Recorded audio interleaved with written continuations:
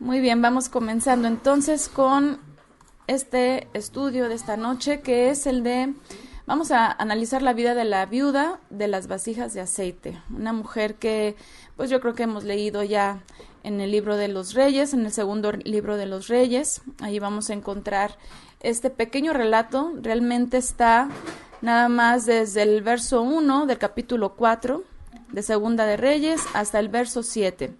Que por cierto me adelanto un poco porque la siguiente mujer de la Biblia que vamos a ver va a ser la que sigue en este mismo lapso de tiempo dentro de la misma pues de la misma visita o movimientos que hace Eliseo. Y bueno, pues va a estar ligado con esta mujer que vamos a analizar en esta noche. Y bueno, una mujer que a pesar de que no se dice su nombre, es algo que me llama mucho la atención porque no se menciona su nombre como en el caso de otras. Incluso siempre me pone a pensar por qué el Eterno no plasmó nombres de mujeres como ella, que podemos decir pues fueron mujeres ejemplares para nosotras. Pero, por ejemplo, sí se habla de mujeres que hicieron cosas muy malas, ¿no? Ahí está Jezabel, ahí está Noadías, está Talía, están muchas mujeres que pues realmente deberían de ser innombrables, ¿no? Pero esto pues definitivamente nos enseña mucho, también nos pone a reflexionar en que al final de cuentas pues el nombre no es lo que precisamente trasciende, sino nuestras obras, ¿verdad? Nuestras acciones. Entonces pues vamos a encontrar una gran reflexión a través del testimonio de este personaje que definitivamente juega un papel importante dentro de toda el compendio de instrucciones que tenemos de la mujer ideal como creyente, porque ciertamente pues hay un prototipo, por decirlo de alguna manera, que el Eterno pues nos ha enseñado, que nos ha plasmado, y a través de los testimonios de las mujeres lo podemos encontrar de cómo nosotras como mujeres deberíamos de vivir nuestra fe, de cómo nosotras como mujeres deberíamos de comportarnos dentro de la sociedad, cómo deberíamos de guiar a nuestros hijos. Entonces, ella es una mujer que reúne todas estas características y es justamente lo que vamos a analizar. Y aquí el reto va a ser tratar de adaptarlo a nuestro contexto, porque estamos hablando de mucho tiempo de distancia. La época de este acontecimiento, aunque no hay certeza del momento exacto en el que ocurrió, obviamente, pero está dentro del tiempo del reinado de Joram sobre Samaria, y esto es entre el 852 y el 841 antes del Mesías. Entonces es aproximadamente la época en la que se desarrolla este pequeño acontecimiento entre Eliseo y esta mujer.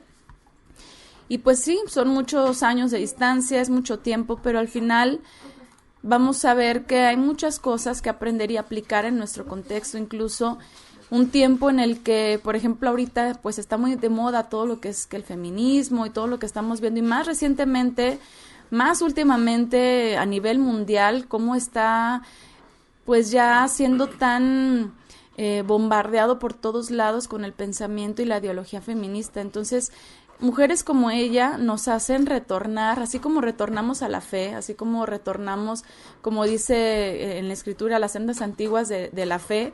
Bueno, pero obviamente con todo el contexto que el Eterno nos ha mostrado a través de la revelación de Yeshua, los apóstoles, pues imagínense también retornar a ese prototipo ideal de la mujer creyente. Entonces, esta mujer para mí fue un gran ejemplo y vamos a ir analizando poco a poco. Bien, en la historia, dentro de los comentaristas, se dice que esta mujer era esposa de Abdías, de un ministro. No dice en la Biblia, solamente encontré este dato dentro de los comentarios de los historiadores, ¿sí?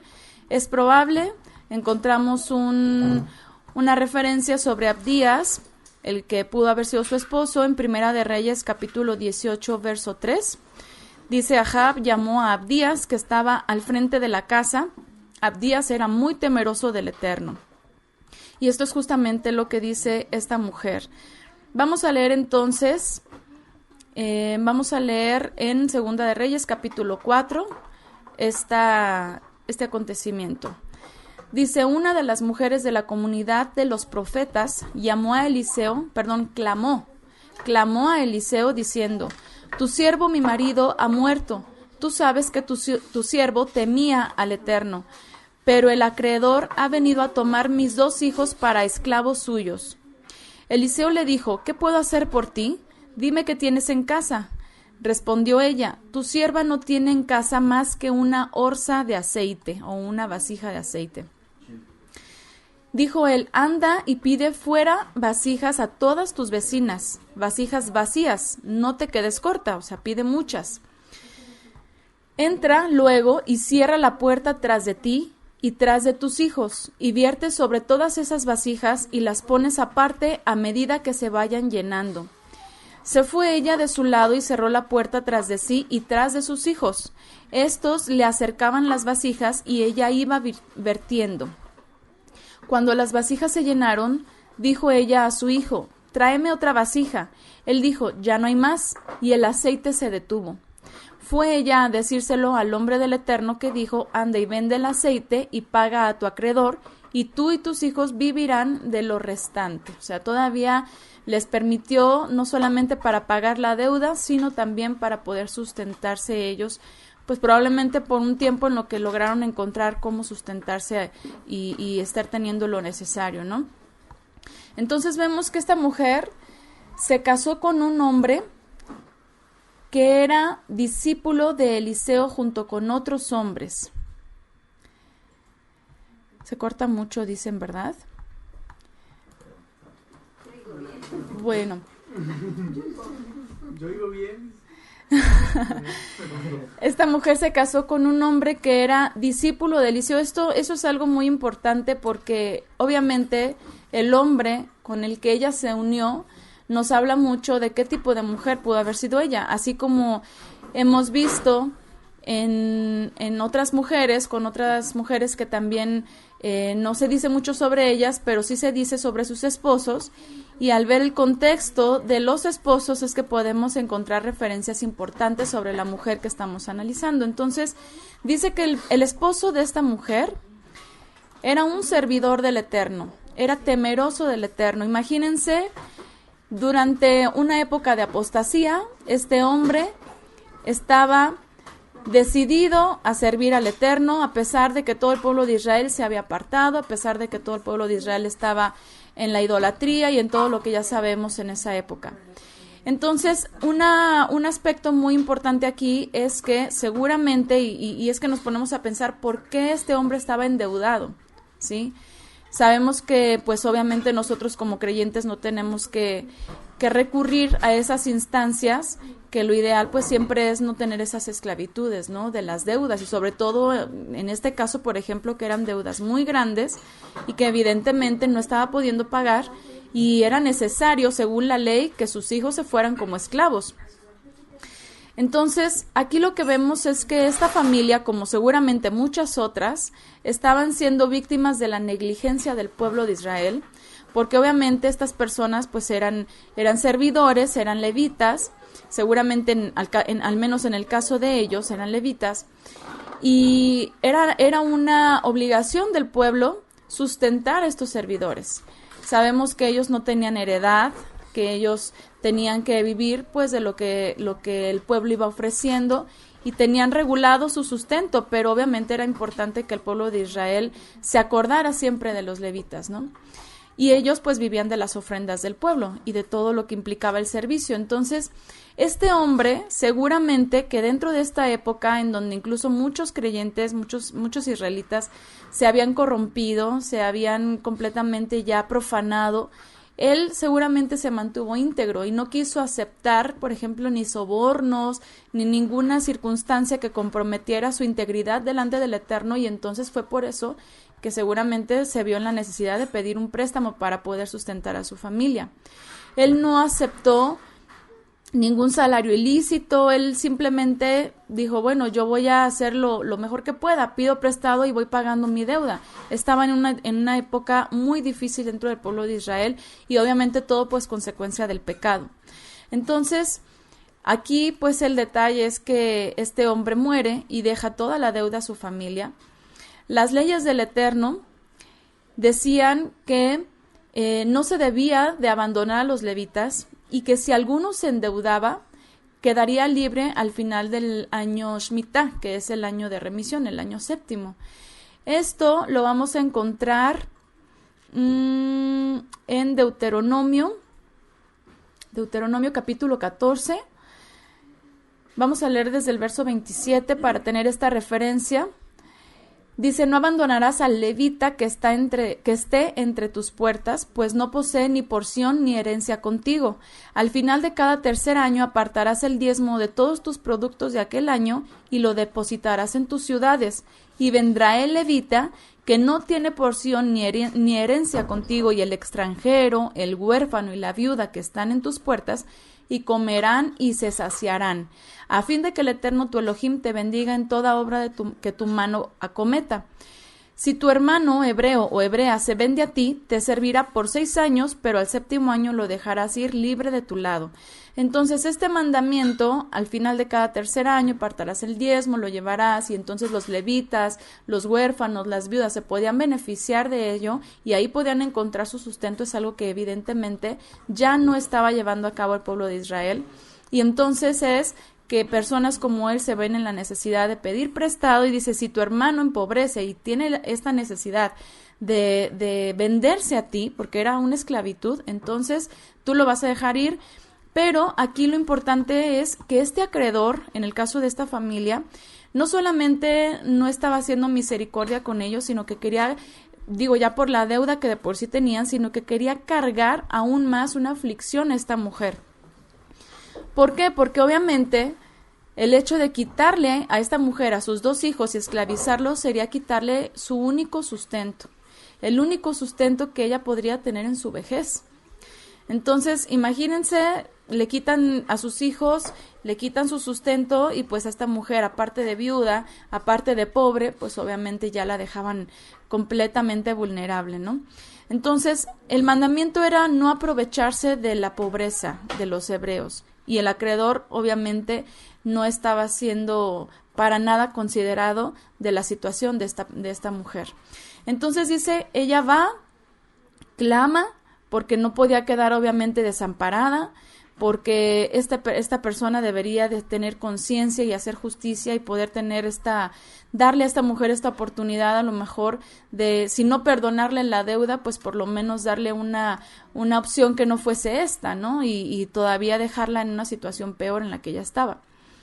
¿Por qué? Porque todo esto que estaba pasando aquí, el Eterno ya lo había advertido, le había hablado al pueblo de Israel sobre el no abusar de los pobres, de los huérfanos, de las viudas, y ya les había determinado qué les iba a pasar si es que ellos no tomaban en consideración la situación de estas personas.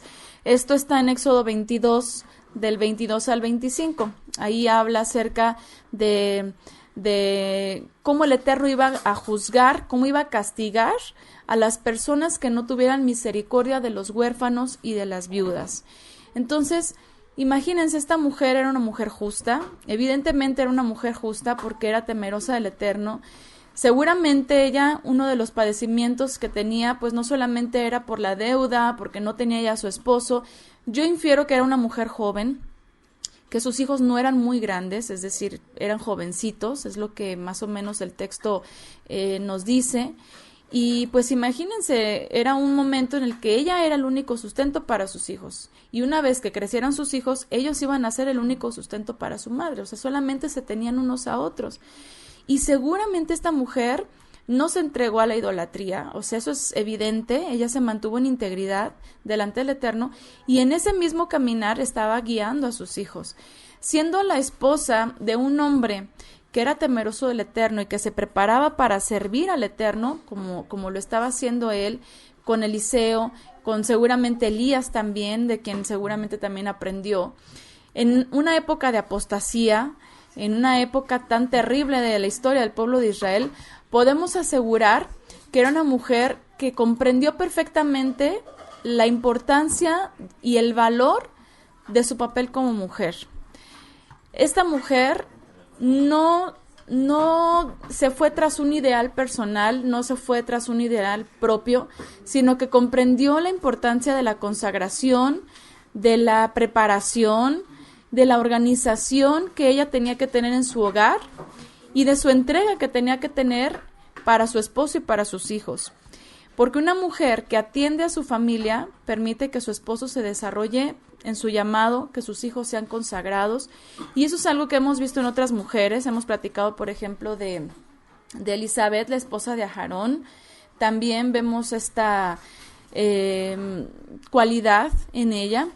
Y es algo que en nuestra época nos enseña mucho, porque hoy en día lo que reina dentro del pensamiento que les enseñan o que nos enseñan desde pequeñas a nosotras las mujeres, pues es que nosotras busquemos nuestro propio bienestar, ¿no? En el sentido de salir adelante, de que seas alguien en la vida, de que, por ejemplo, una de las afirmaciones que ahorita están muy fuertes es: no hagas de tu hija una mantenida, que sea independiente, no hagas que tu hija dependa de un hombre, que ella pueda ser autosuficiente, que se pueda valer por sí misma, que tenga sus propios recursos.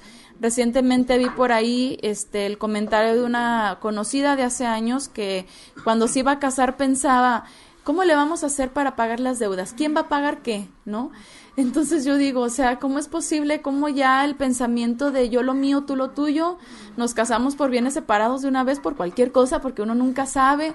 O sea, ese pensamiento a mí me parece algo muy delicado, porque es como que iniciar con el pie izquierdo, ¿no? Como se dice en el mundo, ¿no? O sea, es iniciar de la manera incorrecta algo, una relación, una unión, algo tan importante, tan sagrado, tan trascendental como la unión de dos personas para formar un hogar, y ya ir pensando y reservándote tú lo tuyo, es que por si algo pasa, es que ya premeditándote a qué voy a hacer si, ¿no? Y si me falla, bueno, pues yo ya tengo lo mío, yo me puedo mantener solita, yo tengo mis propios ingresos. Y realmente la idea aquí no es de que sea malo que la mujer, por ejemplo, produzca.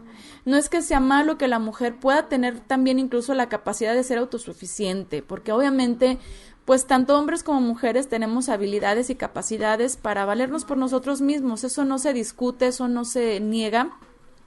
Pero aquí el punto es que en la actualidad se menosprecia muchísimo, se denigra muchísimo el papel de la mujer dentro de su hogar.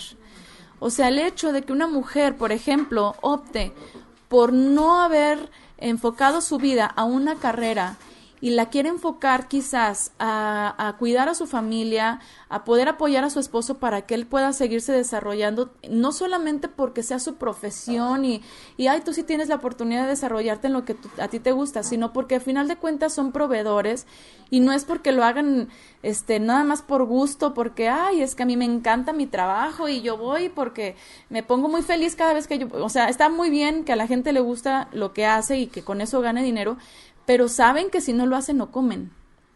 Saben que si no lo hacen, pues obviamente estarían descuidando algo tan importante como darle el sustento a una familia. O sea, no es nada más voy y trabajo y gano lo mío, es voy, trabajo para darle el sustento y seguridad a mi familia para que ellos también puedan a su vez desarrollarse en otros aspectos. Y el caso de la mujer es muy valioso porque sin ella en su hogar, sin ella en ocuparse en la parte que le toca, porque hemos platicado en otras ocasiones, mi esposo también lo ha comentado, que la unión de dos personas pues es al final como un equipo, ¿no? Comentando con mi esposo, por ejemplo, luego comentamos y decimos, es que el hogar, la familia, no es nada más todos somos delanteros o todos somos porteros o todos somos defensas de la cancha, ¿no? O sea, cada quien tiene que tomar un área para que entonces todo funcione en armonía, para que entonces tanto papá pueda trabajar sin la preocupación de que sus hijos a lo mejor queden en manos de quién sabe quién y cómo los van a cuidar y qué les van a enseñar, que mamá pueda ocuparse de sus hijos para que entonces papá pueda trabajar y que los hijos estén siendo educados, que estén siendo instruidos para que al final, cuando sean mayores, también se conviertan en proveedores, y las mujeres también, en el caso de las hijas, también se conviertan en quienes puedan custodiar su hogar mientras papá no está porque se está ganando el sustento. O sea, realmente es algo de muchísimo valor que se ha denigrado, que se ha subestimado, que si, por ejemplo, a mí recientemente una persona me comentó, ¿y tú trabajas? Y yo dije, bueno, desde casa, aparte de que estoy en mi casa, realizo algunas otras actividades. Nunca les digo específicamente qué, porque me llevaría una hora diciendo hago esto, pero, o sea, no voy a decirles todo lo que hago en mi casa, ¿no? Pero realmente es así como que, bueno, podemos hacer muchas cosas desde nuestro hogar. O sea, no necesito decir voy a mi oficina o voy a tal lado para decir estoy haciendo algo productivo, ¿no? También desde el hogar se pueden hacer, incluso mujeres que no solamente están como le llaman o se le conoce amas de casa, sino que también hacen alguna actividad que genera alguna remuneración desde sus hogares. Aquí el punto es que el ideal para que nuestra sociedad funcionara de una manera muchísimo menos violenta, de una manera más armoniosa, con una economía incluso más sólida. O sea, son tantos los aspectos que engloba el hecho de que desde hace aproximadamente 60, 70 años, al menos con más fuerza, aquí en México se nos esté diciendo tú no tienes por qué quedarte solamente en tu casa, algo que obviamente viene desde muchísimo más atrás. Hemos platicado en el estudio del feminismo, por ejemplo, acerca de la historia de este movimiento que surge a través o a raíz de la Revolución Industrial, que lo único que ha hecho es pues hacer que las mujeres también sean contribuyentes, o sea, y hacer que las mujeres se alejen de sus hogares para que los hogares queden vulnerables. Y entonces, como dijo por ahí, un personaje divide y vencerás, ¿no? Si tú divides a la familia, pues entonces vas a tener oportunidad de meterte para que las futuras generaciones crezcan completamente desbalagadas. Obviamente, cuando no somos creyentes o cuando no éramos creyentes, pues hay un tiempo, una etapa en la que nosotros nos vamos con la misma corriente del sistema, porque eso es lo que nos han enseñado, eso es con lo que crecimos. Nosotros crecimos con que prepárate para que seas alguien en la vida, creyendo que ser alguien en la vida es tener un título. Obviamente eso dentro del sistema nos da oportunidades, porque sin el título no te aceptan en un empleo, definitivamente. Pero aquí lo delicado es que para nada todo eso tiene que ver con nuestra esperanza celestial. O sea, como creyentes no funciona de la misma manera a como el sistema nos ha ido encauzando a nosotros y a como el sistema espera que nosotros encaucemos a nuestros hijos. Evidentemente, los resultados de todo este movimiento feminista, de todo este movimiento de las escuelas y de todo lo que pues para nosotros hoy en día ya es muy normal, ha sido un resultado que la verdad es de que no ha dejado nada que aplaudir. O sea, nosotros analizamos nuestro contexto social en cada uno de nuestros países, si lo dejamos solamente aquí nosotros como mexicanos, pues vemos que cada vez está peor. La juventud, cada generación que está entrando en la etapa de la juventud, cada vez está peor, cada vez hay menos respeto, cada vez hay más drogadicción, más adicciones de todo tipo, cada vez hay más degenere, o sea, cada vez está peor. Entonces, quiere decir que todo lo que el sistema ha implementado y con el cual nos ha ido adoctrinando desde varias generaciones atrás, no está funcionando y obviamente no va a funcionar, porque al final de cuentas eso simplemente es un trabajo que el enemigo ha hecho para que la gente piense que a través de su raciocinio humano puede lograr muchísimo más que a través de la fe. Y algo que yo vi recientemente, y de hecho lo vi cuando estaba yo preparando esta aportación, que fue para mí como una confirmación de lo que estaba yo analizando a través de este personaje, que es del papel de la mujer en el hogar. Y es que era una imagen de una página o un grupo, no recuerdo, por ahí en las redes sociales, que decía que era una conversación de una niña y una mamá. Y la niña le pregunta a la mamá, mamá, ¿por qué nunca vamos a la iglesia? Y la mamá le responde a su hija, porque cuando estés en dificultad no te quiero ver arrodillada, te quiero ver fuerte, ¿no? Te quiero ver con poder, te quiero ver empoderada, no humillada, ¿no?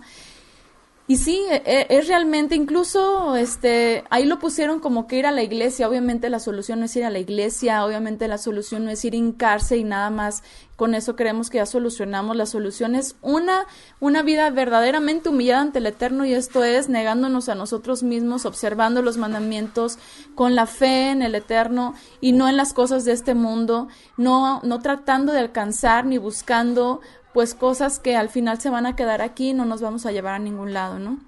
Entonces, cuando yo veo eso y lo comparo con el ejemplo de esta mujer, pues veo que verdaderamente estamos en un problema muy grande y que nosotras como creyentes no tenemos que ser parte de ese problema. O sea, aquí mi intención, al menos en mi persona, lo digo porque eso es algo que yo tomo en primera instancia. O sea, yo veo todo esto y digo, yo no quiero caer en eso, y mi intención al compartirlo con todas ustedes, pues es que si a alguien le puede servir esta reflexión y análisis de cómo están las cosas, de cómo estamos viviendo nuestras vidas como creyentes, porque erróneamente, aún dentro de las religiones, hablando por ejemplo del cristianismo, pues se cree que cabe algo de feminismo, incluso le llaman así, feminismo cristiano.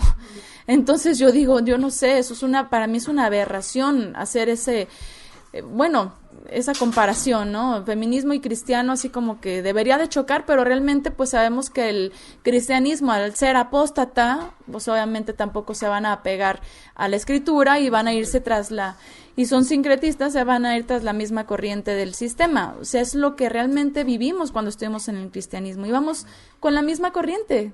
Nada menos, ahorita ya nos estaríamos preparando para poner el arbolito, ¿verdad? Y no lo estamos haciendo. ¿Por qué? Porque pues hemos aprendido y hemos comprendido que servir al Eterno no es a través de rituales, y muchísimo menos paganos, muchísimo menos tan antiguos que no tienen nada que ver con el nacimiento del Mesías. Entonces, sabemos y debemos de entender que nuestros papeles como mujeres en nuestro hogar tenemos que verlo como una verdadera trascendencia. Cuando nosotros pensamos en entregarnos a nuestros hogares, cuando nosotros pensamos en servir a nuestros hijos, cuando pensamos en servir a nuestros esposos, no quiere decir que nosotros nos estamos poniendo como en una subordinación en la cual somos como las esclavas, somos como las chachas, porque muchas dicen, es que yo no me quiero quedar de sirvienta. O sea, ¿por qué me la tengo que pasar todo el día limpiando casa? Como si de verdad hicieran eso. Se la pasan en las redes sociales, ¿eh? O sea, realmente no es verdad. No es el... No. Borran eso. Bueno, acá hubo un comentario que no se escuchó, pero bueno. O sea, realmente cuando nosotros pensamos en servir, no quiere decir que nos vamos a esclavizar, que nuestros esposos nos van a humillar. Obviamente aquí nos metemos en muchos conflictos cuando miramos nuestras vidas hacia atrás, y a lo mejor algunas tomaron alguna decisión y están con un hombre que quizás no comprende el papel de la mujer en su hogar, que quizás sí la ha subestimado, que sí la ha denigrado. Sabemos que lamentablemente mujeres han criado machitos, y esos machitos los hacen más machitos en las escuelas, en las calles. O sea, el sistema se ha puesto a crear hombres que verdaderamente pierdan y desconozcan el valor de una mujer. Algo que muchas veces las mismas mujeres incentivan, que las mismas mujeres promueven, desde que están los niños pequeñitos, cuando le dicen, ay, mijito, ya tiene un montón de novias, todas las niñas andan atrás de... Y ahí está el chavito de 20 años teniendo 3 novias a la vez, ¿no? Y ahí empiezan ahí los degeneres, la inmoralidad y todo lo que vemos, pero mientras cuando estaban chiquitos, pues le aplaudían, y que es el guapo, y que es el galancito, y todo eso empieza a motivar a los niños, y empiezan a crecer. Si es cierto, todas las niñas andan atrás de mí, y obviamente pues ya llega un momento en el que se va por completo todo en el degenere, ¿no? Y yo sí he analizado mucho esta parte, y realmente sí, las mujeres han promovido mucho el machismo. O sea, es tan incongruente, las mujeres se quejan del machismo, pero si lo analizan bien, son las mismas mujeres las que han criado a esos hijos machistas, las que no les han enseñado a respetar. Es más, las que no los han enseñado a respetarlas a ellas como madres. O sea, desde el momento en el que un hijo ya le levantó la voz a su madre, ya la golpeó, o sea, ¿cuántas cosas no pasan? ¿Cuántas cosas? Muchas mujeres que tienen que aguantarse, ay, bueno, pues es que ya está fuerte, ya está más grande, ya no puedo hacer nada, y así tratan después a la esposa, y se hace todo un completo desastre, ¿no? Por eso nuestra sociedad está así. No quiero decir, porque yo sé que si esto lo empiezan a escuchar mujeres feministas van se me van a ir con las uñas al cuello aquí. O sea, es que sí, o sea, son bien agresivas, acéptenlo. La verdad es de que no quiere decir que esto sea 100% culpa de las mujeres, porque pareciera que estoy diciendo, ¿no? Es que las mujeres son las responsables de todo, pero la verdad es de que sí tenemos gran parte de esa responsabilidad. Obviamente, no quiere decir que los hombres no tengan que ser conscientes, que los hombres no tengan que ser prudentes, que no tengan que ellos mismos incluso a veces reeducarse, porque si ya vienen con ciertos patrones aprendidos, si ya vienen con cierta educación a lo mejor incorrecta, y más, si vienen a la fe, pues tienen que comprender que tienen que cambiar ese pensamiento. O sea, esto no es nada más culpa de las mujeres, pero es que, otra vez, si somos un equipo para hacer lo correcto dentro de la sociedad, pues también han hecho un muy buen equipo para destrozarla. O sea, mientras unas los están maleducando y mientras otros están aprovechando, siguiéndose por el camino fácil, ¿no? Y sintiéndose que son los poderosos de la casa y maltratando y gritando y, o sea, todo eso es algo que inevitablemente lo vemos en nuestra sociedad. Entonces, yo veo a través de esta mujer ese ideal de la mujer creyente.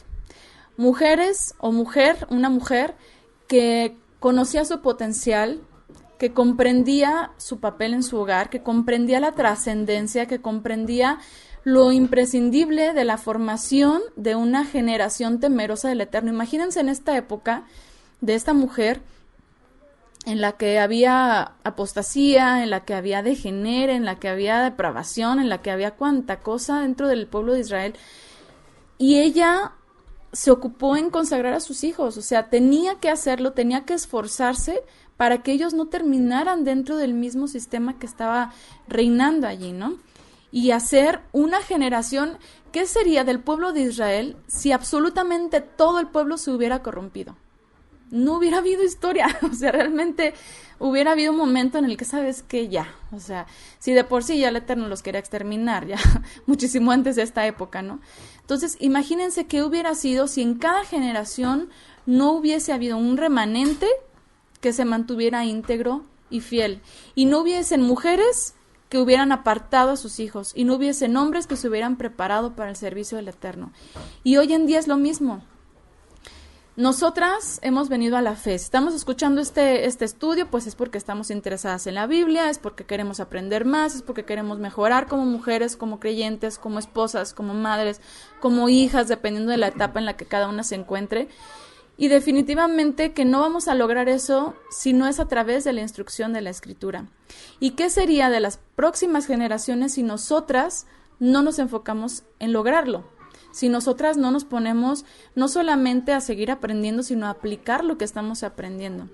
¿Qué va a ser de nuestros hijos, de nuestros nietos, si nosotras ahorita no estamos con todo, ahora sí que con todo el poder femenino, instruyendo a nuestros, o sea, es que es lo mismo, es como, con ese power que quieren que las mujeres salgan y destruyan la Ciudad de México en cada una de sus marchas, que con el que ellas dicen que quieren llamar la atención, pues con ese mismo entrega, con esa misma fuerza, vamos a apartar a nuestros hijos.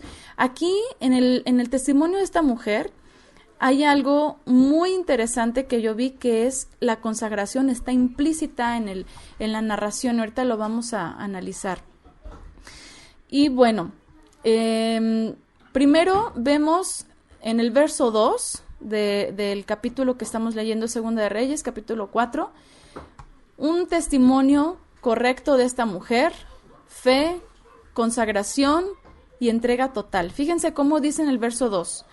Eliseo dijo, ¿qué puedo hacer por ti? Dime qué tienes en casa. Respondió ella, tu sierva no tiene en casa más que una orza de aceite. Y de hecho a mí me llamó mucho la atención que ella lo haya respondido así. No tengo nada más que esto. Y la verdad es de que si analizamos, tener una orza de aceite era algo muy valioso para esa época, ¿sí? ¿Por qué? Pues porque obviamente, como sabemos, el aceite de olivo, porque en este caso era aceite de olivo, ha sido un recurso muy especial dentro del pueblo de Israel para diferentes propósitos, medicinales, nutricionales, incluso rituales, porque también se usaba mucho dentro de los rituales que se llevaban a cabo para el Eterno. Por ejemplo, y nada más por darnos una idea de lo que esta mujer hasta cierto punto quizás subestimó. Quizás ella en su dolor, en su situación, en su angustia, no alcanzó a comprender que había algo ahí muy valioso que ella tenía y que a través de eso pues nunca se iba a imaginar que el Eterno le fuera a resolver esta situación. Este elemento, el aceite de olivo, era un elemento que se usaba, por ejemplo, como medicamento cuando era ingerido, porque tenía cualidades para, por ejemplo, trastornos intestinales, por ejemplo, desórdenes gástricos y todas estas situaciones. Yo creo que la mayoría de nosotras sabemos de que si, por ejemplo, los niños, ¿no? Que el empacho, y que dale una cucharadita de aceite de olivo o de aceite de ricino, ¿no? O sea, realmente era algo muy valioso y se usaba desde esas épocas con propósitos medicinales, también cutáneamente, pues para el tratamiento de heridas. Pero vemos que dentro de lo que es el servicio al Eterno también era muy usado, figuraba en muchos aspectos. Por ejemplo, en Éxodo 22 dice que se usaba como primicias. También el Eterno pedía primicias del aceite de olivo, o sea, era algo muy valioso. También se apartaba décima del aceite de olivo. En Deuteronomio 12:17 también vemos esto. Obviamente sabemos que se usaba para el encendido del candelabro y sabemos lo que el candelabro o la menorá simboliza. Esto lo encontramos en Levítico 24:2. Se empleaba para la consagración de los ministros, de los levitas, Éxodo 29:7, aunque se hacía también preparado, ¿verdad? Un aceite de la unción especial. Se usaba como para ungir a los reyes, por ejemplo, vemos en 1 Samuel 10:1. Se usaba para la purificación de los leprosos, esto lo vemos en Levítico 14. O sea, realmente tenía usos importantes. Y para las lámparas, la menorá. Sí, de hecho, espérame tantito. Es que justamente esto también es importante porque, como dice mi esposo, se usaba para encender las lámparas y era un aceite era el aceite más eficiente para las lámparas, de hecho, porque era el aceite que mantenía la flama estable, fíjate. Mantenía una flama muy estable. Entonces, y así era hasta que se consumía. Y esto es algo que justamente, y ahorita que lo estoy pensando, pues tiene mucho que ver, por ejemplo, con este tema, ¿no? Del aceite que hoy en día se recuerda mucho, ¿verdad? Por la época de Hanukkah y lo que, bueno, mi esposo ya platicó en la mañana acerca de eso. Si no escucharon el estudio, escúchenlo. ¿Cómo se llama? Matatias y Hanukkah se llama. Ajá, entonces, pues imagínense el aceite de olivo, un aceite que permitía que la flama de la lámpara se mantuviera estable desde que era encendida hasta que se consumía. Y esto pues me recuerda mucho porque tiene muchos simbolismos, ¿no? O vemos este simbolismo del aceite y, por ejemplo, la presencia del Eterno, el Ruach, ¿no? La unción que el Eterno le daba a los reyes, al creyente que nos ha dado a nosotros. Y así tenemos que perseverar siempre, firmes, ¿no? Constantes, que no estemos como que esa llamita que está prende y se apaga y está así como que ya no sabe si se va a apagar o si se quiere encender mucho, o sea, no seamos inconstantes, ¿no? Sino que seamos firmes. Y en épocas bíblicas se acostumbraba que las personas cargaran junto con su lámpara una reserva de aceite que se la ataban a un dedo con un cordel para que en el momento en el que requirieran esta reserva, entonces la tuvieran a la mano, ¿no? O sea, la tuvieran luego en el momento, porque imagínense, pues necesitaban, y esto me recordó justamente a las 10 vírgenes que tenían esa reserva, ¿no? Y pues imagínense qué importante, y el aceite como verdaderamente tiene toda una historia, ¿verdad? También es muy interesante que simbolizaba alegría. El aceite lo vemos, por ejemplo, en Isaías 61:3, que indicaba alegría contrario a la tristeza, a la tristeza, a la pena o la humillación, que indicaban, por ejemplo, su escasez.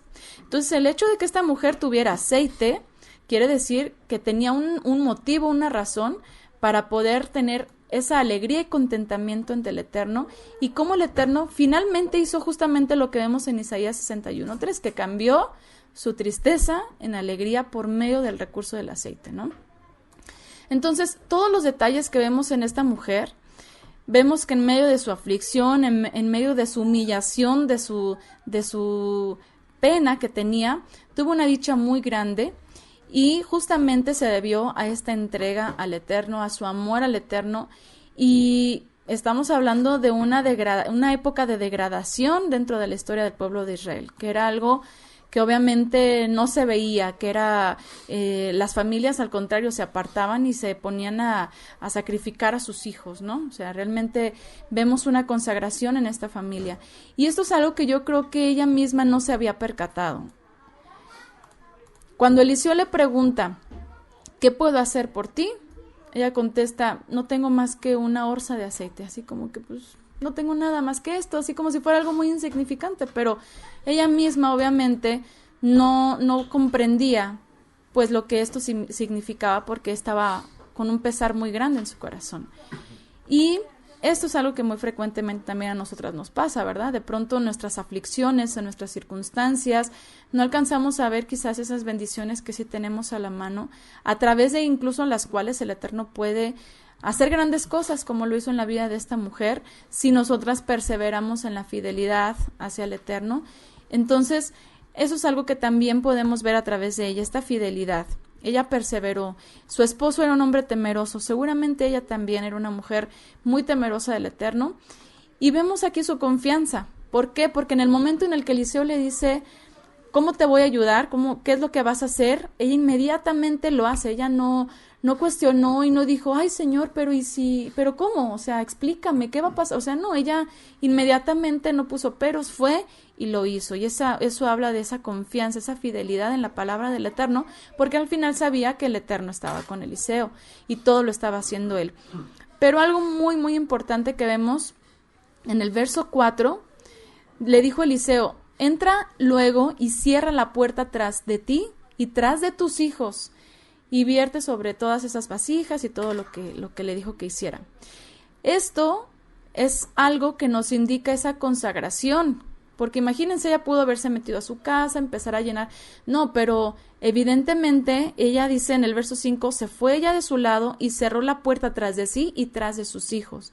Sus hijos estaban con ella en todo momento, y justamente aquí vemos una instrucción de apartarse, de consagrarse. A pesar de que esta mujer era viuda, y como les dije hace un momento, seguramente una viuda muy joven, ella se dedicó a criar a sus hijos y formarlos unos hijos consagrados al Eterno. No decidió, por ejemplo, algo que pudo haber permitido el casarse nuevamente, el unirse a otra persona. En su viudez realmente ella se enfocó en seguir instruyendo a sus hijos sin ninguna distracción, sin añadir alguna otra aflicción a su vida, sino que su plenitud estaba en el Eterno, estaba en sus hijos. Y ella lo que hizo fue consagrarlos, fue apartarlos de las cosas vanas en las que el pueblo de Israel ya se estaba enrolando. Vénganse, vamos a cerrar la puerta y aquí el Eterno va a obrar en ese milagro con nuestros hijos o con sus hijos.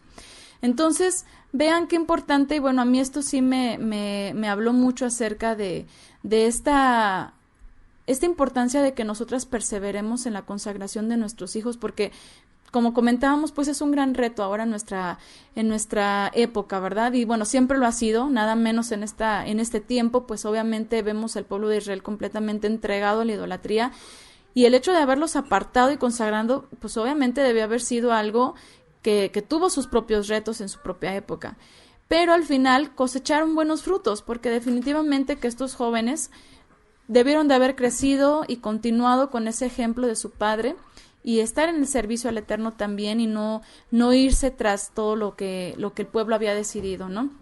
Mantenerse fieles y entregados al Eterno. Entonces, esto gracias a que una mujer decidió apartarlos, decidió ocuparse en su papel, decidió quizás incluso negarse a ella misma, algo que a veces tenemos que hacer, que a veces hay etapas en las que quisiéramos quizás hacer algunas otras cosas que implicarían, por ejemplo, pues dejar a nuestros hijos, delegarlos, ocupar a lo mejor alguna otra actividad, o no lo sé, de pronto son cosas que pasan. A mí me llegan a platicar algunas mujeres que tienen hijos pequeños, sobre todo cuando son hijos chiquitos, que incluso a lo mejor todavía no entran ni a la escuela, 2, 3 años, o más grandecitos, 6, 7, 8 años, que obviamente son etapas en las que los hijos ocupan a la mamá, la necesitan, y es imprescindible la presencia de la mamá, ¿no? Con los niños.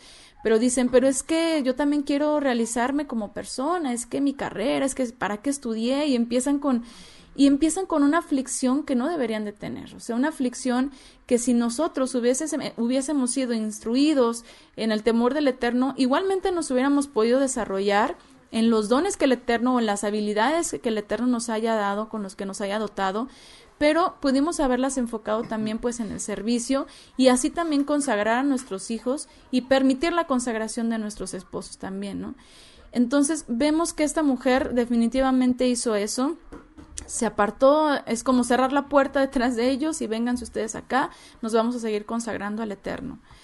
Y bueno, otra virtud que vemos es que seguramente fue una mujer con un buen testimonio ante las personas que la rodeaban en su sociedad.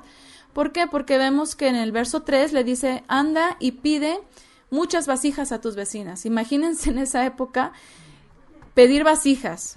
¿Qué implicaba pedir vasijas? Número 1, las vasijas eran imprescindibles en la vida cotidiana del pueblo de Israel, de las personas, ¿no? ¿Por qué? Pues porque obviamente ahí guardaban, acarreaban, que si aceites, que si harinas, que si trigo, granos, ¿no? O sea, todo lo que hacía, agua, vino, jugo, o sea, todo lo que hacían, obviamente, pues eran necesarias las vasijas en todo momento. Y dice, pide muchas, dice, no pocas, ¿no? Entonces, estar tocando, estar pidiendo, llevarlas, ir con otra, y cuántas personas tuvo que haber tocado sus puertas, cuántas personas les prestaron vasijas, y después tenerlas que regresar, porque pues obviamente se las pidieron prestadas, ¿no? Y que se las haya regresado en buen estado, que no, ay, fíjate que se me rompió tu vasija, o sea, imagínense. ¿De quién era esta vasija? O sea, imagínense, ¿no? Todo lo que implicó eso, ¿no? Entonces, vemos que era una mujer que era conocida entre el pueblo, entre sus vecinas, por ejemplo, pero por su buen testimonio, ¿no? Porque a veces, pues, nosotros decimos, ay, es que la vecina, ¿no? Esta señora me hizo esto, me hizo aquello, cosas así, ¿no? Y bueno, y a veces, pues, no tenemos así como que un buen concepto a lo mejor de una persona, que porque ya hizo, porque ya dijo, que si los chismes y todas estas cosas, y vemos que en ella no existía eso. ¿Por qué? Porque si no, pues definitivamente le hubieran negado el favorzote de prestarles los vecinos, ¿no? Entonces, ella con sus hijos los estaba consagrando y también estaban dando buen testimonio a las personas que les rodeaban, que quién sabe qué personas eran, es decir, si estaban dentro de a lo mejor alguna comunidad entre, pues, puros israelitas que estaban consagrándose al Eterno, o a lo mejor no, que es lo más seguro, que hubiera de todo ahí, que hubiera quienes estaban yendo tras la idolatría y todo lo que, imagínense todo lo que implicaba, ¿no? Los vecinos que tenían adoración a otros dioses y ahí tenías que estar pasando y saludándolos y viéndolos, o sea, algo nada diferente de nuestra época, ¿verdad? Y cómo ella tuvo que cuidar ya están riendo acá de que se rompió la vasija que me prestaste. Cómo ella tuvo que cuidar ese testimonio ante las personas que la rodeaban, ¿no? Entonces, esta mujer, la viuda de las vasijas de aceite, que no se dice su nombre, pero sí se dicen sus buenas obras, algo que realmente es muy de mucho testimonio para nosotras, de mucha reflexión, para seguirnos esforzando y perseverando en lo que verdaderamente es eterno, en lo que verdaderamente es trascendental. Bueno, dicen por acá, las vasijas eran de gran tamaño, seguramente había de muchos tamaños, porque pues imagínense, algunas eran a lo mejor para líquidos, algo más grande, algunas más pequeñas, no sabemos exactamente los tamaños, pero obviamente pues también tuvo que tener, ¿mandé? Unos 20 litros algunas, sí. ¿Para qué, perdón? Para pozole. Sí, ¿el qué, perdón? No, es que le preguntaron al hermano que cuánto era una orza, según la medida que tenía la viuda. Bueno, ella dice una orza. Orza, pero sí. Orza es una vasija. Orza es una... No. Sin medida, es general. Ajá, bueno, yo lo busqué y es... muchas vasijas, ya es algo sobrenatural. Claro, sí. O sea, aquí vino como una multiplicación, ¿no? Vino una multiplicación del aceite. Exactamente, porque dice el texto que mientras ella tuvo vasijas, o sea, mientras ella tuvo en dónde recibir la unción, mientras ella tuvo en dónde recibir el milagro, mientras ella tuvo la capacidad, entonces siguió fluyendo aceite. Pero en el momento en el que se acabaron las vasijas, cesó, ya no. Y pues obviamente vemos cómo el Eterno da justo a la medida que necesitamos, ni más ni menos, ¿no? O sea, realmente Él es justo en todo, y a eso iba, por ejemplo, cuando comentaba, cuando pues nosotras también a veces nos ponemos un poquito, ay, se me fue esta palabra, pero que no alcanzamos a valorar lo que tenemos enfrente, las cosas buenas, las bendiciones con las que el Eterno sí nos ha llenado, y que a veces nada más estamos enfocadas en los problemas, en las situaciones, en vez de decir, ¿qué tengo? ¿Qué el Eterno me ha dado? ¿Y qué puedo hacer con ello? ¿No? ¿Cómo lo puedo multiplicar? ¿Cómo puedo yo también ser de bendición? ¿Cómo puedo yo servirle al Eterno con lo que me ha dado? A veces queremos otras cosas. Andamos buscando, es como en el cristianismo, yo no sé quién pasó por esto, yo lo viví, o sea, yo decía, es que yo quiero hacer algo, y ¿qué puedo hacer? Pues tengo que hacer algo en la iglesia, por lo menos lavar los baños, o a ver qué hago, pero algo tengo que hacer, como si eso fuera servirle al Eterno, y a veces no ponemos nosotros lo que verdaderamente el Eterno nos ha dado para su servicio, que muchas veces no tiene que ver con aseo o con cosas que pues son que no son trascendentales, ¿no? Sino que a todos nosotros el Eterno nos ha capacitado para servirle, a todos. O sea, Él a todos nos ha dado esa capacidad. Aquí el problema es si nosotros lo vamos a poner a su disposición o no. Si nosotros nos lo vamos a quedar para nosotros mismos, porque ella pudo haber dicho, no tengo nada, y ni acordarse que tenía por ahí una vasijita a lo mejor, ¿no? Pero realmente pues era lo único que tenía, y si es lo único que tenemos, algo que podemos hacer, pues eso, entregarlo.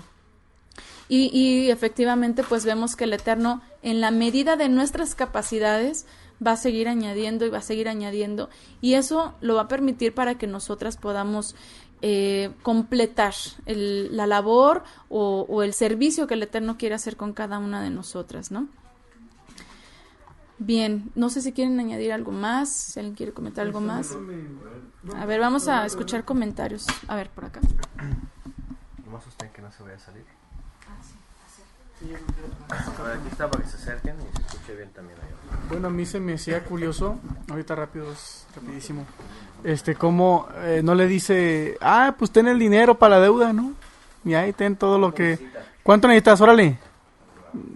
Haz pacta y vas a ver, va a caer del cielo, ¿no?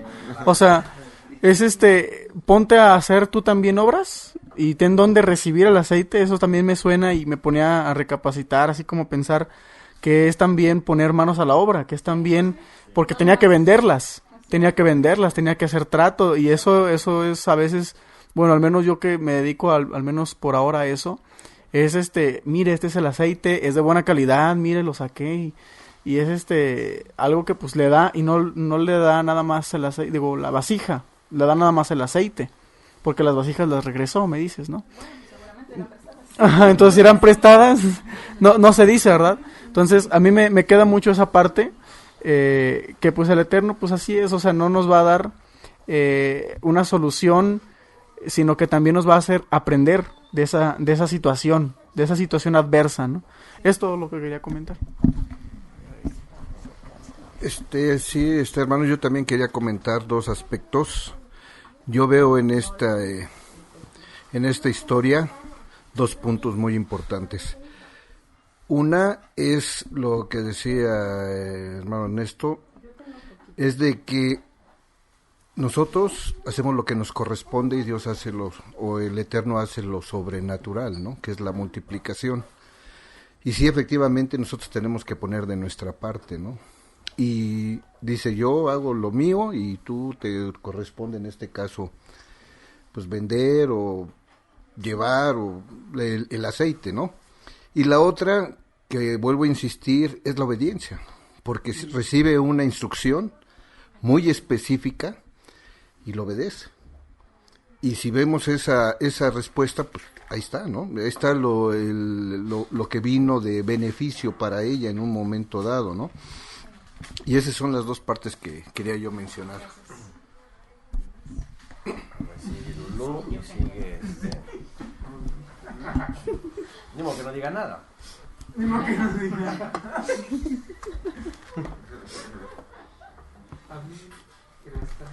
A Amén, aunque sea. Bueno. Amén.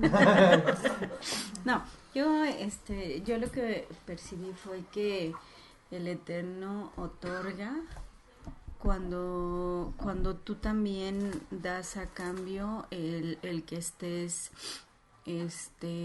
con él, que estés siguiendo lo que él te dice, que estés siguiendo sus mandamientos, que te apegues a lo que él pide, tanto en cómo debes comer, qué debes comer, o sea, tienes que estar con él para que él te dé. O sea, yo siento que es como una reciprocidad, ¿no? Uh-huh. Entonces ella tuvo ese beneficio porque ella estaba con él, independientemente de que tuviera o no tuviera, estaba pendiente con él, ¿no? Sí. Entonces, yo creo que esa es una gran enseñanza porque nos permite a nosotros darnos cuenta que en un momento dado que nosotros llegáramos a tener alguna situación, pues podemos pedirle a él que nos apoye, ¿no? O que nos dé la guía de lo que tenemos que hacer, ¿no? Así es, que nos dé la manera de solucionarlo, no que nos lo solucione. No, sino que nos dé la guía, ¿no? O sea, o la idea, o el pensamiento de decir, bueno, sí, ya sé, así se me prendió el foco, ¿no? Sí. Tengo que hacer tal situación para solucionar este problema, ¿no? Yo también, ahorita que estaba pensando, también me doy cuenta de lo que no hizo la mujer. Porque pudo haber hecho muchas cosas, ¿no? O sea, pudo haber solucionado una deuda de muchas maneras, pero lo que hace es ir con Eliseo. O sea, el único, puede decirse que persona que está más cercana al Eterno, si me pongo en lugar de una mujer, aunque pues a lo mejor no lo voy a poder comprender, pero es como de, a ver, está muy crítico, ¿qué hago?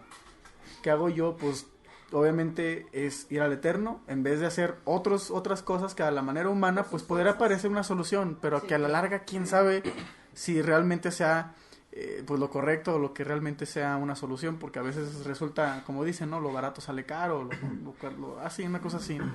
Entonces yo también veo lo que no hizo, que no fue recurrir a otros medios o a otro recurso o a, no sé, incluso prostituirse, ¿no? Entonces es lo que yo veo que no hizo, y a la vez pues lo que hizo pues que da una ¿cómo se puede decir? Una imagen de confianza en el Eterno y de las personas que él usa, ¿no? También en ese tiempo, ¿no? Y pues nada más.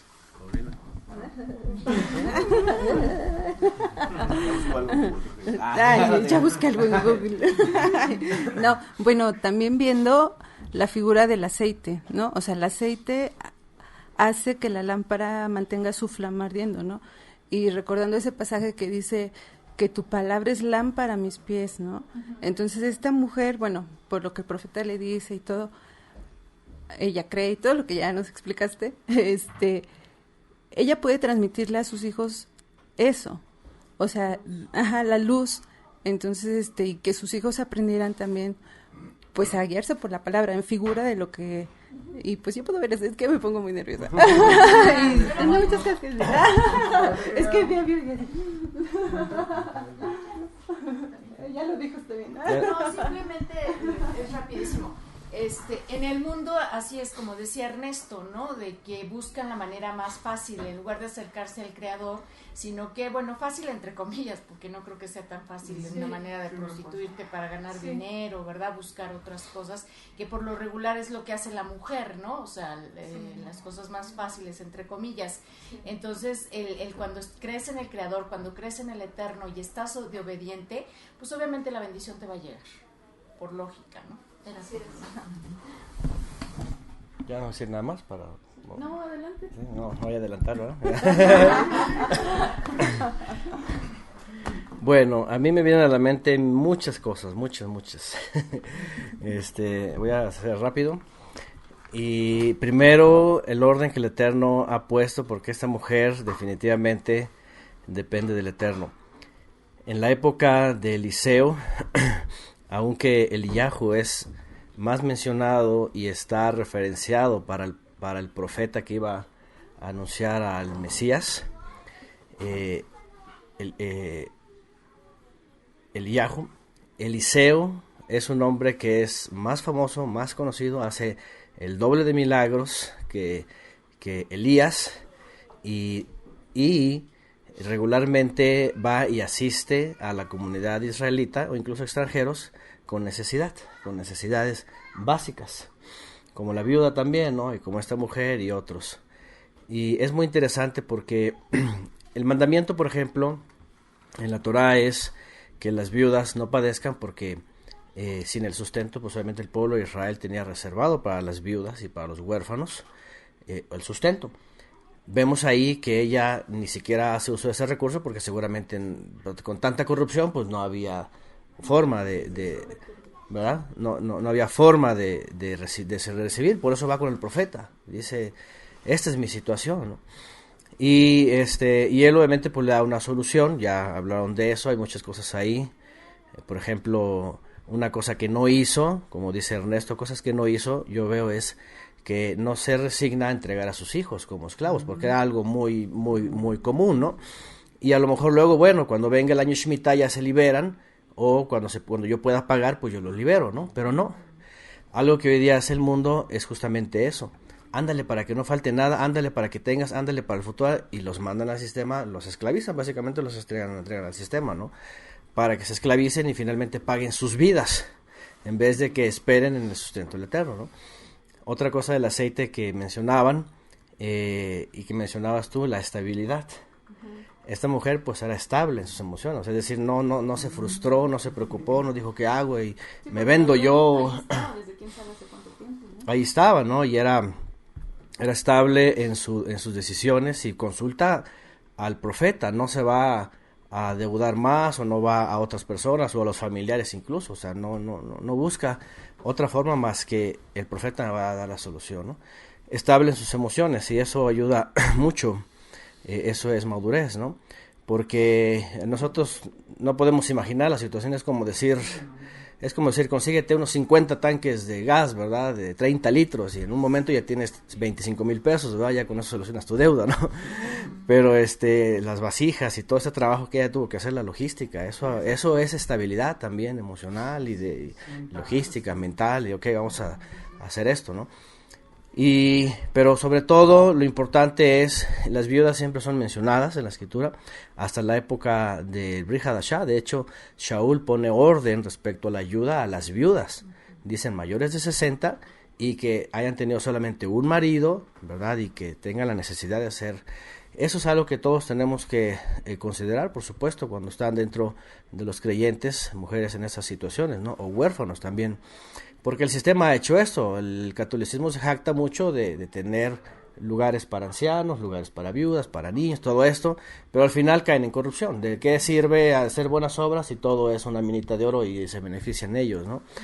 Peor cuando vemos casos de violaciones y todo eso, ¿no? Entonces el Eterno pone un orden, y una cosa importante aquí veo, es, como hace rato citaron, ¿verdad? Que el Eterno tiene cuidado de las aves, cuánto más no va a tener cuidado de los suyos. Y para él no es difícil si alguien pone su confianza en el Eterno, igual como lo estudiamos ayer y hoy en la mañana, si los santos del Altísimo, que al final son muy poquitos, si él puede sustentar a todo el mundo con toda su riqueza de la tierra, del producto de la tierra, pues no, ¿cómo no va a sustentar a los santos del Altísimo, ¿no? Cuando están en situaciones difíciles, ¿no? Hay que procurar ser santos del Altísimo. Sí, y entonces la mujer tiene la fe. Y claro, no se pone a decretar en nada de eso, sino busca la solución dentro de la fe. Hay un varón de Elohim, entonces él me va a decir, ¿verdad? Y también esa es otra cosa muy importante, que la mujer no se empodera y dice, yo ahorita voy a ver cómo le hago, ¿no? O sea, ¿verdad? Como lo ponen así, va, voy a hacer una protesta y algo, no, sino ve su lugar y todo eso, ¿no? ¿Por qué? Porque es muy importante pensar, imagínense nada más esto, es una situación crítica, ¿no? Yo no sé qué pasaría, ¿verdad? Si yo hubiera sido mujer y pensar en casarme con alguien y decir, y qué tal sale un patán, ¿verdad? Y me deja abandonada y todo esto, y los hijos y todo eso, ¿no? Imagínense en el mundo cuántas mujeres, por eso muchas mujeres hoy día lo que dicen, no, mejor me quedo sola, ¿para qué esto, para qué lo otro? Y mejor me preparo para yo sostenerme. Pero el orden bíblico es, el hombre adquiere una esposa porque va a salir del sustento de su hogar para que él la sustente, para que él la sostenga, para que no tenga por qué sacrificar, por qué esclavizarse también. Y Cuando hace falta el varón, entonces ella, si es de los santos del Altísimo, va a confiar como el Eterno le va a poner los medios, obviamente, para salir de las situaciones y sobre todo para que ella pueda decidir, no, mis hijos no los voy a entregar al sistema porque si los vendo como esclavos, sí, no me va a faltar nada, no voy a tener deudas, me van a ayudar, pero los va a perder espiritualmente, ¿no? Y entonces ese es un caso que pasa siempre, ¿no? Entonces, hay muchas cosas, sí, hay muchas cosas aquí con esta mujer, pero sobre todo nos enseña a eso, a lo que Yeshua enseñó, las preocupaciones sobre las cosas de afuera, dice, solamente las tienen los paganos. Dice, ustedes no se preocupen, ¿verdad? Porque vuestro Padre, dice, se ocupa, incluso antes de pedirle, dice, Él ya está escuchando sus necesidades. Obviamente, pues vamos a llegar a pedir lo que necesitamos, no vamos a llegar a pedir nuestros berrinches, ¿no? Sino que no lo que necesitamos, ¿no? Y esta mujer sencilla, imagínense, nada más y nada menos que uno de los grandes profetas de Israel, Eliseo, ahí está. Y sí, como dice mi esposa, nadie sabe su nombre hasta ahora, pero a veces ni se necesita. Con el hecho de ver esa fe, es como la que decía, como Yeshua cuando ve a esas mujeres, no he escuchado más fe, ¿verdad? En Israel, porque están confiadas y saben que van a recibir una guía y saben que van a resolver, que el Eterno va a actuar con ellas. No el vecino, no el arrendatario, no nadie, el Eterno está directamente proveyéndoles. Y eso es bien grande. Y pues el aceite, pues ya ni se diga, ¿verdad? Muchas cosas ahí. Bueno, para concluir vamos a terminar de responder aquí no sé si hay una duda, no sé si es la duda, no sé si... Yo quisiera que todos opináramos, porque yo creo que sí es importante definir nuestro papel como mujeres y lo que comenté respecto a ese orden, ¿no? Que también mi esposo comenta, porque por ejemplo, dice Paola, pero cuando la mujer no puede tener independencia o mejor libertad para determinar comprar algo para su casa o sus hijos y tiene que depender de lo que su esposo autorice, eso tampoco es correcto, ¿no? Después puso, creo que caer en el otro extremo es esclavitud también. Bueno, no sé ustedes cómo lo... A ver. Así como dependiendo de lo que puede sustentar el marido. Ajá, bueno. Yo creo que tiene que ver con lo que el mundo hace y lo que un creyente puede caer en hacer también, ¿no? Porque, por ejemplo, sí, a ver, te paso el micrófono porque si no, no se va a escuchar. Bueno, a ver si entendí la inquietud, porque yo pienso que de entrada, si los dos son creyentes, tiene que haber un orden en ambos, porque cuando dice, si nos basamos a la Torá y a Yeshua, en el principio fue así, varón y varona los creó, se unirán y serán una sola persona. Una sola persona no piensa dos cosas diferentes, de entrada no va a estar dividido. Si alguien va a decidir por algo, es como dijo Yeshua, lo que ates arriba está atado abajo, lo abajo, es decir, si decides por algo en la fe, es porque el Eterno lo confirma, ¿verdad? Si se dice algo allá arriba, es porque acá abajo se va a confirmar. Si la pareja dice una cosa, es porque él o ella finalmente van a estar de acuerdo. Yo creo que el problema radica cuando no hay ese had y en decisiones, ella, por ejemplo, que a lo mejor, vamos a suponer que es él, para no dejar a las mujeres así en una situación, ¿no? Voy a empezar como hombre. Supongamos que el hombre se le ocurre decir, pues, ¿qué te parece si al hijo le compramos tal regalo, no, tal juguete, no, a lo mejor un videojuego, no, en casa, ¿no? Ella va a decir, no, pues, ¿cómo crees, no? No, pues sí, mira, pues fíjate que, ¿me entienden? Pues no hay had. Yo compro con mi dinero, por ejemplo. Por ejemplo, es que se lo voy a comprar con mi dinero, ¿no? Es un extra, yo vendí 3 shofarot hoy, extras, así no estaban contemplados, por ejemplo, y le puedo comprar el último modelo, ¿no? Quién sabe, lo que sea, ¿no? Entonces, evidentemente ahí ya es un impulso contagiado de lo externo, porque ni lo necesita, porque ni es bíblico, porque ni le va a ayudar, porque ni nada de nada, y obviamente pues, hay una división, ¿no? Ya es todo lo contrario, ¿no? Obviamente yo creo que si la mujer decide por algo o él decide por algo, en Ejad obviamente no va a haber ni conflicto sobre es mi dinero, o yo voy a trabajar entonces para pagárselo, o a ver cómo le hago, o se lo vamos a pedir a alguien más, ¿no? Sino que yo creo que tiene que fluir de forma natural en la fe, ¿no? No, y además, aquí Pau está poniendo que dice que, ¿dónde lo vi? Bueno, no es cierto, Franco Chandía, su esposo, dice es el extremo del machismo, creo, ¿no? Es lo que comenta. Y bueno, ella diciendo que si el esposo no lo autoriza, o más bien que solamente hasta que el esposo lo autorice. Y bueno, es que ahí es en donde entra como dice mi esposo, el que entendamos cómo es nuestra relación de familia ya en la fe.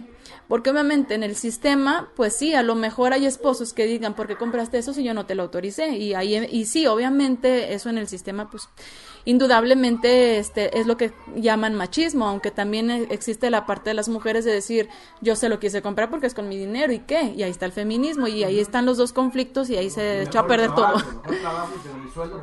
Sí.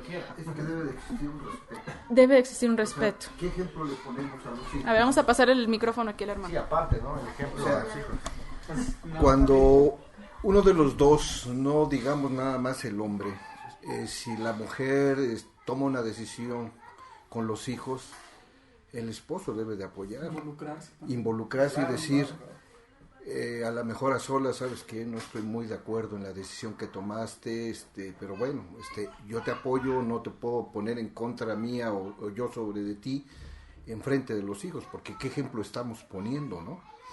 Entonces, eso precisamente, quería comentar un ejemplo de una amiga que me hizo ese comentario precisamente. Uno de sus hijos quería un juguete X, pero el papá no tenía la oportunidad de comprarle ese juguete X. Entonces le compró el que seguía o uno un poco más diferente.